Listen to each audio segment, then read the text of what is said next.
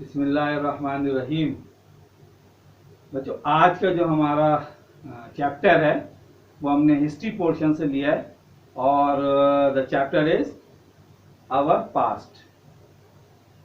Our past ये एक history का चैप्टर है और हम हिस्ट्री क्यों पढ़ते हैं, why we should read the history, history के बारे में क्यों जानना चाहते हैं, क्यों इतनी रिसर्च होती है, लोग बहुत अपना उम्र का एक हिस्सा हिस्ट्री की रिसर्च पे और हिस्ट्री की फैक्ट्स एंड फाइंडिंग्स पे लगाते हैं। उसके बहुत सारे रीज़न होते हैं। एक तो हिस्ट्री हमेशा से इंसान के लिए बहुत ही एक मिस्ट्री सी रही है। लोग हमेशा से उसके बारे में जानने की कोशिश करते हैं कि पास्ट में क्या होता था। और ये पास्ट भी ऐसा पास्ट है, इस चैप्टर में पढ़ेंगे, जो कि 4000 5000 ईयर ओल्ड एक हिस्ट्री है। यानी नियर अबाउट हिस्ट्री जो है हमारा पास्ट नहीं है, बट इट्स टू ओल्ड, बहुत ज्यादा ओल्ड हिस्ट्री है। इस वक्त इस हिस्ट्री में ये जानने की बहुत क्यूरियोसिटी होती है कि लोग कैसे रहते थे, क्या खाते थे, उनका लाइफ स्टाइल क्या था, लिविंग स्टैंडर्ड क्या था, अपना जो उनके ऑक्यूपेशंस क्या थे। ये सारी चीजें जानने के लिए इंसान के अंदर हमेशा से क्यूरियोसिटी रही है। फॉर्चुनेटली पाकिस्तान जो है वो बहुत ही रिच है अपनी इस नेचर ऑफ हिस्ट्री में। यानी बहुत ही पुरानी पुरानी आर्कियोलॉजिस्ट साइट्स हैं, जिसमें सबसे पहली एक जो है वो मोहनजोदड़ो एंड हड़प्पा, ये दो बड़ी फेमस आर्कियोलॉजिस्ट साइट्स हैं। और इसके अलावा अब आर्कियोलॉजिस्ट ने कुछ और जो आर्कियोलॉजिकल साइट्स जो डिस्कवर किए हैं, जिसमें मेहरगढ़ जो बलूचिस्तान में है, और रहमान डहरी जो कि डेरा इस्माइल खान में है, and Kot Diji that is also in Sindh. ये और इसके अलावा अगर हम एक मैप आर्कियोलॉजिस्ट ने बनाया, तो इस तमाम जो सिटी है, मोहनजोदड़ो, हड़प्पा, मेहरगढ़, कोट डीजी, इन तमाम जो सिविलाइजेशन है, इसको कहते हैं इंडस वैली सिविलाइजेशन। ये these are all parts of the Indus valley civilisation. यानी इंडस रिवर के साथ 4000 ईयर 5000 ईयर पहले जो सिटीज हुआ करते थे या लोग रहते थे, those are the part of Indus valley civilisation. और अभी बहुत सारे ऐसे मैप्स और ऐसे जो आर्कियोलॉजिस्ट साइट्स को पॉइंट आउट किया आर्कियोलॉजिस्ट ने, जो अभी तक डिस्कवर नहीं हुए, बट दे रिसर्च के इस जगहों पे एक आर्कियोलॉजिस्ट साइट, एक बहुत बड़ी मैप है जिसको अभी डिस्कवर करना है। ये हमारी एक पाकिस्तान में इंडस वैली सिविलाइजेशन है, जिसको हम अब फर्दर हम इसको अब इनके बारे में डिस्कस करेंगे।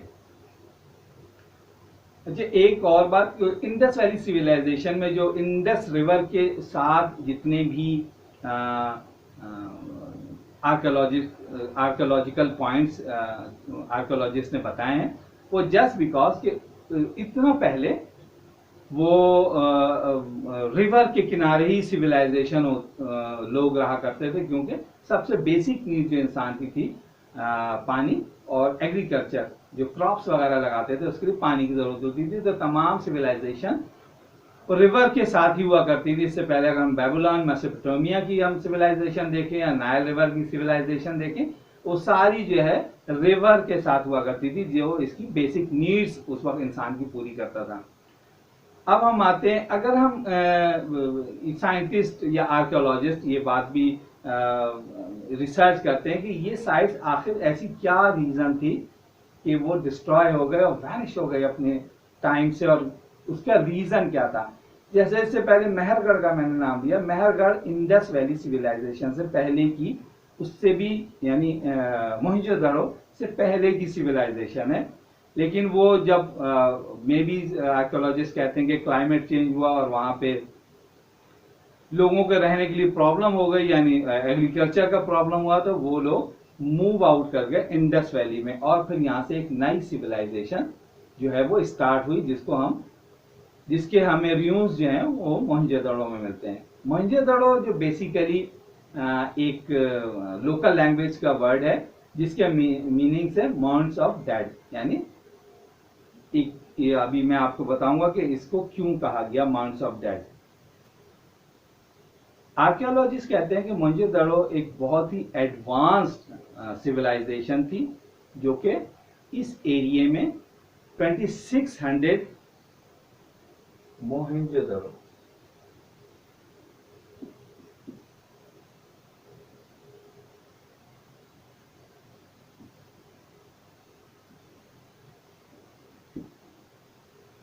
2600 BCE में जो है ये एक बहुत ही फ्लश किस्म की अपने वक्त की सिविलाइजेशन थी। बच्चों आपको पता है कि इसका क्या मतलब हुआ, how much this civilisation old? 2600 year BC। BCE means the time before Jesus Christ, यानी हजरत ईसा अलैहिस्सलाम की पैदाइश से पहले का ये टाइम। और हजरत ईसा अलैहिस्सलाम की जो बर्थ है या पैदाइश है उसको कितना टाइम हो गया अब जानते हैं? 2020। ठीक है, 2020 ईयर्स हो गए हजरत ईसा अलैहिस्सलाम की बर्थ की। तो हाउ मच इज ईयर?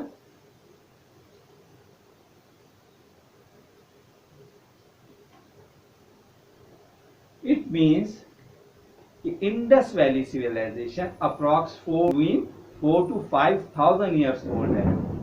ये एक इंडस वैली से आर्कियोलॉजिस्ट जो अपने एक स्टडी है उसके मुताबिक ये बताते हैं कि ये इतनी पुरानी सिविलाइजेशन है।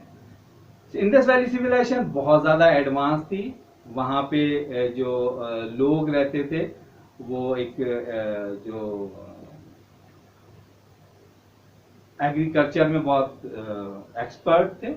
एग्रीकल्चर उनका मेन प्रोफेशन था और उनका जो मेन क्रॉप थी सबसे ज्यादा वो कॉटन जो है वो ग्रो किया करते थे। उनको वो जानते थे कॉटन ग्रो करना और कॉटन से क्लोथ यानी फैब्रिक बनाना भी वो जानते थे। ये इनकी एक स्पेशलिटी है जो मोहनजोदड़ो के रियून्स से हमें मिली है और ये लोग इसकी एक्सपोर्ट किया करते थे थ्रू रिवर इंडस और then they go to enter into sea and जो उस वक्त की सिविलाइजेशन मेसोपोटामिया और नाइल रिवर की सिविलाइजेशन थी। आर्कियोलॉजिस्ट कहते हैं कि ये इनके लिंक थे और ये वहां जाके एक्सपोर्ट करते थे अपने फैब्रिक और डिफरेंट जो इनकी प्रोडक्ट्स हुआ करती थी उस जमाने में। यहाँ की जो हमको रियून्स मिले हैं मोहनजोदड़ो में, इनकी जो स्ट्रीट हैं वो ब्रिक्स लाइनिंग है और जो इसमें ड्रेनेज सिस्टम है कवर्ड ड्रेनेज सिस्टम है।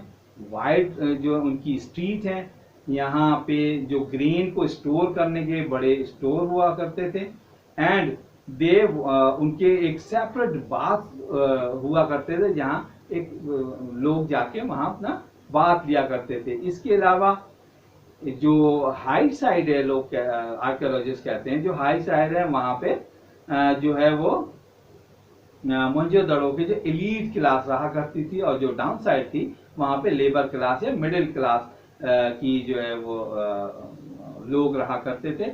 ये उनका बेसिक जो था डिफरेंस था बिटवीन द पीपल। और जो मोहनजोदड़ो है जो पूरा एक सिटी था मोहनजोदड़ो उसके अराउंड एक वॉल थी for the safety of the people. उसके कुछ गेट थे, उसके एक तरफ से आने का और जाने के लिए गेट हुआ करते थे। और वो वहां पे एक बहुत ही फेमस और एक piece of statue masterpiece of statue मिला है जो कि बहुत ही फाइन उसका स्टैचू है। वो फैब्रिक ओढ़ा हुआ है, उससे पता चलता है कि वो फैब्रिक है और उस पर फ्लावर्स बने हुए हैं और बहुत ही अच्छी उसकी जो है वो फेस कट है, बहुत अच्छा। तो लोग आर्कियोलॉजिस्ट ये रिसर्च ये करते हैं कि ये may be he is the कोई प्राइस था वहां का, बहुत ही कोई रिलीजियस पर्सनालिटी थी जिसकी यहाँ के लोगों ने जो है वो उसका स्टैचू बना कर रखा। इसके अलावा वहां पे बहुत सारे जो है वो डिफरेंट जो है वो स्टैचूज मिले जिसमें डांसिंग गर्ल है। इतनी आर्ट के बहुत ज्यादा जानते थे और डांसिंग और म्यूजिक वगैरह भी may be they were found of. जो सबसे इम्पोर्टेंट चीज है वहां पे कुछ ऐसी सील्स मिली हैं जिसपे कुछ वर्ड्स लिखे हुए हैं और कुछ सिंबल्स बने हुए हैं। ऑल्दो दे वर्ड्स, अभी तक उन वर्ड्स की मीनिंग तो नहीं समझ सके आर्कियोलॉजिस्ट, बहुत कोशिश की, बट दे नॉट गेट, अभी तक उसके कोई मीनिंग उनको नहीं पता चल सके एक्चुअली इसकी क्या मीनिंग है। बट ये उन्होंने एक गैस किया कि यहाँ इस सील्स का मतलब है कि ये जो एक ऑफिशियल्स लोग यूज किया करते थे, और वो जो ऑफिशियल्स उनके डॉक्यूमेंट थे उस पे वो सील्स यूज करते थे, और जो बेसिकली जो इनकी जो गवर्नमेंट ऑफिशियल थे वो शॉप्स पे जाते थे, वहां वेट चेक करते थे, जो हर शॉप पे वेट होता था, वेट की जो उसके बैलेंस के जो वेट होते थे उनको चेक करते थे, उस पर सील करते थे। एक बहुत ही सिस्टमैटिक जो था उनकी वर्किंग थी, बहुत ही एडवांस। दैट्स वाई हम कह सकते हैं कि बहुत ही ज्यादा एडवांस एक शहर था। और ये मोहनजोदड़ो जो सिंध के शहर लाड़काना से आगे कुछ दूर पे ये र्यून्स हैं इसके, और अभी हम अगर लाड़काना को देखें तो मे बी समटाइम हम कह सकते हैं कि Mohenjodaro still ahead with that city.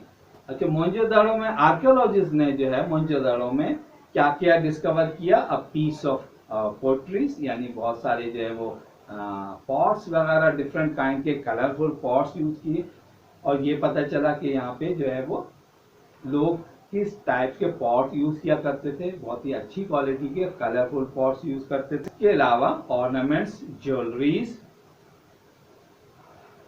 Clay figures and seals को वो यूज करते थे।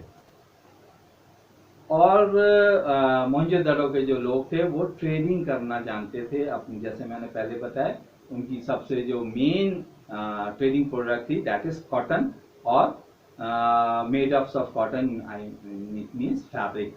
ये इसकी बहुत बड़े पैमाने पर ट्रेडिंग होती थी, इसीलिए ये जो सिविलाइजेशन थी बहुत ही फ्लरिशिंग सिविलाइजेशन थी। ये एक ओवरव्यू है जो पाकिस्तान में सबसे जो फेमस, वर्ल्ड फेमस जो आर्कियोलॉजिकल साइट्स है मोहनजोदड़ो, उसके बारे में बताया। अब ये अभी तक आर्कियोलॉजिस्ट नहीं अंडरस्टैंड कर सके कि ये साइट क्यों डिस्ट्रॉय हो गई और क्यों जो है वो र्यून्स में कन्वर्ट हो गई। उसके बहुत सारे रीजन बताए थे। समटाइम इंडस रिवर ने अपना जो वे है, पाथ, वो चेंज किया, कोई अर्थक्वेक आया था, या यहाँ पे कुछ ऐसे, या जब कोई इन्वेडर्स आ गए थे, लोग यहाँ छोड़ के अपने इलाकों को चले गए, और बहुत अरसे के बाद थाउजेंड्स ऑफ ईयर में ये इलाका र्यून्स में कन्वर्ट हो गया। बहुत सारे मिथ हैं, बहुत सारी इसके गैस हैं आर्कियोलॉजिस्ट के, जो कि इस साइट की जो डिस्ट्रक्शन है उसके बारे में बताया है लोग आर्कियोलॉजिस्ट ने। ओके, ये जो बच्चों आपको स्टोरी हमने सुनाई इंडस वैली सिविलाइजेशन की, लोग बहुत ही फ्लश थे, बिजनेस कर रहे थे, और बहुत ही जबरदस्त एक किस्म की सिविलाइजेशन थी। बट नाउ ये जो पूरी कहानी थी, अब इस कहानी में टर्न आता है, the story take a turn. Story में एक टर्न आता है। होता यूं है कि इस सिविलाइजेशन पे सेंट्रल एशिया से एक ट्राइब्स जो है वो अटैक करता है, and they are north west जो सब कॉन्टिनेंट का एरिया है उस तरफ से वो, यानी सेंट्रल एशिया से वो इंडस वैली सिविलाइजेशन पर अटैक करते हैं। वो अपने साथ उसकी उन जो आर्यांस, वो आर्यांस के, उस ट्राइब का नाम आर्यांस था, और उनकी सबसे बड़ी स्पेशलिटी या उनकी जो इस सिविलाइजेशन पे एक, यानी आर्यांस की जो सुपीरियरिटी थी इंडस वैली सिविलाइजेशन के लोगों पर, वो क्या थी? Aryans used horse and the carriers, यानी इसके पीछे कार्ड लगी थी, उस पर बैठे होते थे, और बहुत ही तेज स्पीड से वो जो है वो आगे ट्रैवल करते थे। ये उनकी जो है वो सुपीरियरिटी थी। वाइल इंडस वैली सिविलाइजेशन के लोग हॉर्स को यूज करना नहीं जानते थे।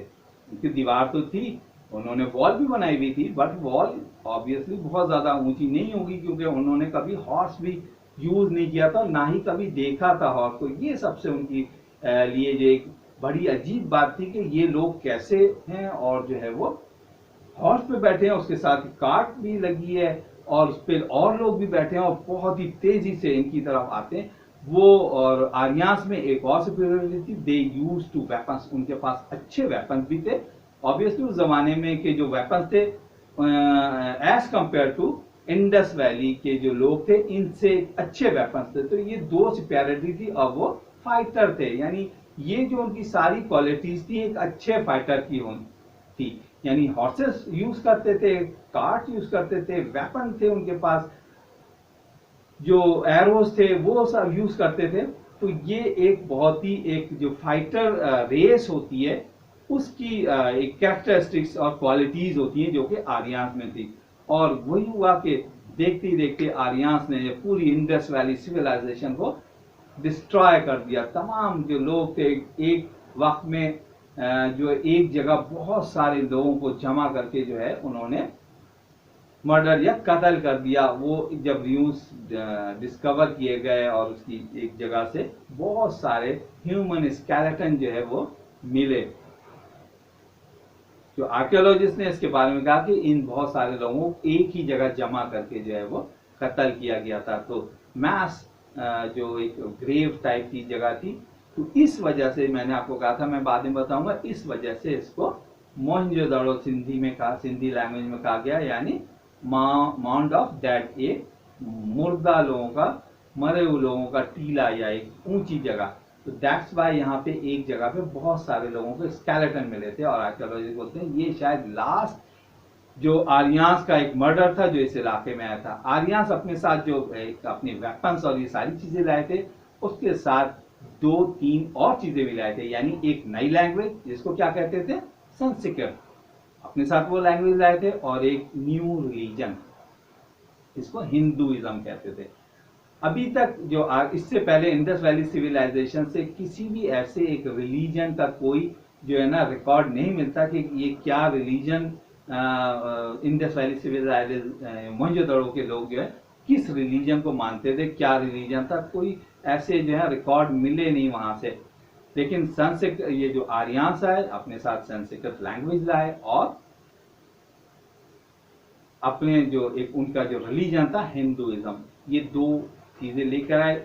वो यहाँ रुक गए और फिर इंडस वैली से, मोहनजोदड़ो के इस एरिया से, इंडस वैली से पूरे सब कॉन्टिनेंट में फैल गए। और उनका नेक्स्ट जो स्टे था वो गैंग्स रिवर वैली सिविलाइजेशन था, वहां पे उन्होंने अपना स्टे किया। जो मेन उनका जो स्टे पॉइंट था आर्यंस का, वो गैंग्स सिविलाइजेशन था इंडिया में, कि नॉर्दर्न एरियाज में जो गैंग्स रिवर है वहां पे इन्होंने अपनी फेमस जो रिलीजियस बुक भगवत गीता जो कहते हैं रिकॉर्ड में, वहीं लिखी गई, जो कि सबसे इंपॉर्टेंट और मेन जो हिंदुइज्म की बुक है, दैट कॉल्ड भगवत गीता। तो हिंदू ये इस तरह से एक ये भी आर्कियोलॉजिस्ट कहते हैं कि इंडस वैली सिविलाइजेशन को डिस्ट्रॉय करने में आर्यंस का एक बहुत इंपॉर्टेंट रोल था, बहुत इंपॉर्टेंट रोल प्ले किया, क्योंकि वो हर लिहाज से सुपीरियर थे। ऑल्दो वो बिजनेस और कारोबार नहीं करते थे, बट दे आर फाइटर थे और बहुत ही लाइवली थे, बहुत ज्यादा, क्योंकि उनके तमाम जो एक्ट थे वो बहुत ही ज्यादा लाइवली थे। और वो इंडस वैली सिविलाइजेशन को डिस्ट्रॉय करने में इनको उनके इंपॉर्टेंट रोल प्ले किया। ओके, जैसे मैंने बताया कि इंडस वैली सिविलाइजेशन को आर्यंस ने जो है डिस्ट्रॉय करने में कोई कसर नहीं छोड़ी, बट जब वो यहाँ से चले गए एक स्पेस क्रिएट हुआ। इसके बाद मोहनजोदड़ो हड़प्पा में बहुत सारे इन्वेडर्स आए, नई किंगडम्स, नए एम्पायर्स बने और फाइट हुई। शहर जो डिस्ट्रॉय हुए, फिर रीबिल्ड हुए, फिर डिस्ट्रॉय हुए, फिर रीबिल्ड हुए। कभी कौन से इन्वेडर्स आ रहे थे वो यहाँ पे अपनी रीबिल्ड कर रहे थे। इस तरह से ये पूरी सिविलाइजेशन डिस्ट्रॉय हुई और इस तरह से ये सिविलाइजेशन फॉरगॉटन, भूल गए, और कुछ पता नहीं चला कि इन सिविलाइजेशंस के साथ क्या हुआ। जैसे हड़प्पा और मोहनजोदड़ो, अब हमें निकल रहे हैं और हम इस पे जो है वो रिसर्च कर रहे हैं कि आखिर इन सिविलाइजेशन के साथ क्या हुआ कि ये रियून्स में कन्वर्ट हो गए। इसके बाद हम अपनी जो है वो दूसरे टॉपिक को डिस्कस करेंगे, जिसमें हम ये पढ़ेंगे या डिस्कस करेंगे कि इस इंडस वैली सिविलाइजेशन या पूरे सब कॉन्टिनेंट में कौन से बड़े जो रूलर्स आए, बड़ी बड़ी किंगडम्स बनी, एम्पायर्स बनी, और किस एम्पायर के बाद कौन सा नया रूलर इस सब कॉन्टिनेंट में जो है वो रूल किया, और किसकी एम्पायर कितनी बड़ी थी इस पूरे एरिया में,